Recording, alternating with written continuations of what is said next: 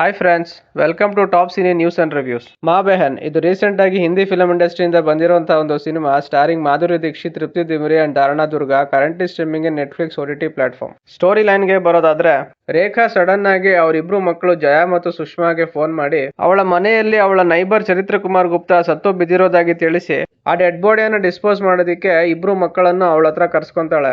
ಗುಪ್ತಾಜಿಗೆ ರೇಖಾಳ ಮನೆಯಲ್ಲಿ ನಿಜವಾಗ್ಲೂ ಆಗಿದ್ದಾದ್ರೂ ಏನೋ, ರೇಖಾ ಮತ್ತು ಅವಳ ಇಬ್ಬರು ಮಕ್ಕಳು ಈ ಒಂದು ಸಂಕಷ್ಟದಿಂದ ಪಾರಾಗೋಕೆ ಸಾಧ್ಯನಾ ಇಲ್ವಾ ಅನ್ನೋದೇ ಈ ಒಂದು ಫಿಲಮ್ ನ main plot.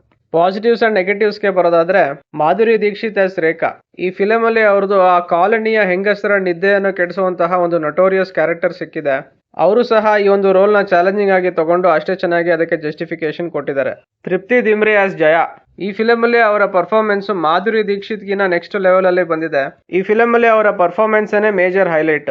ಧಾರಣಾ Durga as Sushma. ಅವರ ಪರ್ಫಾರ್ಮೆನ್ಸ್ ಸಹ ಈ ಒಂದು ಫಿಲಮ್ ಅಲ್ಲಿ ಪ್ರಾಮಿಸಿಂಗ್ ಆಗಿ ಬಂದಿದೆ. ಬಾಕಿ ಎಲ್ಲ ಸಪೋರ್ಟಿಂಗ್ ಆಕ್ಟರ್ಸ್ ಸಹ ಆಕ್ಟಿಂಗ್ ವೈಸ್ ತಮ್ಮ ರೋಲ್ ಗೆ 100% ಜಸ್ಟಿಫಿಕೇಶನ್ ಕೊಟ್ಟಿದ್ದಾರೆ. ಡೈರೆಕ್ಷನ್ ವಿಷಯಕ್ಕೆ ಬರೋದಾದ್ರೆ, ಒಂದು ರುಟೀನ್ ಫ್ಯಾಮಿಲಿ ಕ್ರೈಮ್ ಡ್ರಾಮಾನೇ ಮಾಡ್ಕೊಂಡಿದ್ದಾರೆ. ಆದ್ರೆ ಆ ಸ್ಟೋರಿಯಲ್ಲಿ ಯೂಸ್ ಆಗಿರುವಂತಹ ಐಡಿಯಾಸ್ ಮತ್ತು ಕ್ಯಾರೆಕ್ಟರೈಸೇಷನ್ಸ್ ಮೇಲೆ ಡೈರೆಕ್ಟರ್ ವರ್ಕ್ ಮಾಡಿರೋದು ಎವಿಡೆಂಟ್ ಆಗಿ ಕಾಣುತ್ತೆ.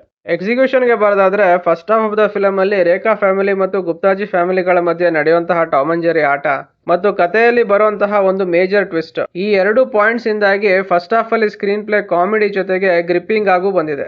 ಇದರಿಂದಾಗಿ ಫಸ್ಟ್ ಹಾಫ್ ನನಗೆ ಡೀಸೆಂಟ್ ವಾಚ್ ಫೀಲ್ ಕೊಡ್ತು. Second half of the film start ಆಗ್ತಿದ್ದಂಗೆ ಒಂದು ಟ್ವಿಸ್ಟ್ ಇಟ್ಟಿದ್ದಾರೆ. ಆ ಒಂದು ಟ್ವಿಸ್ಟ್ ಇಂದಾಗಿ ಇದುವರೆಗೂ ಬರೀ ಗುಪ್ತಾಜಿ ಮತ್ತು ರೇಖಾ ಫ್ಯಾಮಿಲಿಗಳ ಮಧ್ಯೆ ನಡೀತಿದ್ದಂತಹ ಕಣ್ಣಾಮುಚ್ಚಾಲೆ ಆಟಕ್ಕೆ ಈಗ ಮೂರನೇ ಅನಾಮಿಕ ವ್ಯಕ್ತಿಯ ಎಂಟ್ರಿ ಆಗುತ್ತೆ. ಫಿಲಂ ಇನ್ನು ಇಂಟ್ರೆಸ್ಟಿಂಗ್ ಮೋಡ್ ತಗೊಳುತ್ತೆ. ಗುಪ್ತಾಜಿ ಮಗನ ಕ್ಯಾರೆಕ್ಟರ್ ರಿಲೇಟೆಡ್ ಆಗಿ ಒಂದು ಸೀನ್ ಬರುತ್ತೆ. ಆ ಒಂದು ಸೀನ್ ಅಲ್ಲಂತೂ ನಾನು ಹೊಟ್ಟೆ ಉಣ್ಣಾಗುವಷ್ಟು ನಕ್ಕಿದ್ದೀನಿ. ಡೈರೆಕ್ಟರ್ ಆ ಒಂದು ಕ್ಯಾರೆಕ್ಟರ್ ನ ತುಂಬಾ ಫನ್ನಿಯಾಗಿ ಬರ್ಕೊಂಡಿದ್ರು. ಆ ಒಂದು ಕ್ಯಾರೆಕ್ಟರ್ ಗೆ ಇನ್ನೂ ಒಂದಷ್ಟು ಸ್ಕ್ರೀನ್ ಸ್ಪೇಸ್ ಕೊಟ್ಟಿದ್ರೆ ಈ ಫಿಲಂ ಇನ್ನೂ ಕಾಮಿಡಿಯಾಗಿ ಬರ್ಬೋದಿತ್ತು. ಜಯಾ ತನ್ನ ಗಂಡನ ಜೊತೆ ಬ್ರೇಕಪ್ ಮಾಡ್ಕೊಳ್ಳುವಂತಹ ಸೀನ್ ಅಲ್ಲಿ ತೃಪ್ತಿ ದಿಮ್ರಿ ಅವರ ಆಕ್ಟಿಂಗ್ ನೆಕ್ಸ್ಟ್ ಲೆವೆಲ್ ಅಲ್ಲೇ ಬಂದಿದೆ. ಆ ಒಂದು ಸೀನ್ ಅಲ್ಲಿ ಮಾತ್ರ ತೃಪ್ತಿ ದಿಮ್ರಿ ಅವರ ಆಕ್ಟಿಂಗ್ ಅಲ್ಲಿ ಇರುವಂತಹ ಪೊಟೆನ್ಶಿಯಲ್ ಎಲ್ಲಾನು ಆಚೆ ಹಾಕಿದ್ದಾರೆ ಅಂತಾನೆ ಹೇಳ್ಬೋದು. ರ್ಯಾನ್ಸಮ್ ಅಮೌಂಟ್ ನ ಡಿಮ್ಯಾಂಡ್ ಮಾಡಿದ್ದು ಯಾರು ಅನ್ನೋ ಒಂದು ಸಸ್ಪೆನ್ಸ್ ನ ಡೈರೆಕ್ಟರ್ ಈ ಫಿಲಂ ಎಂಡ್ ಆಗೋವರೆಗೂ ರಿವೀಲ್ ಮಾಡಿರಲ್ಲ.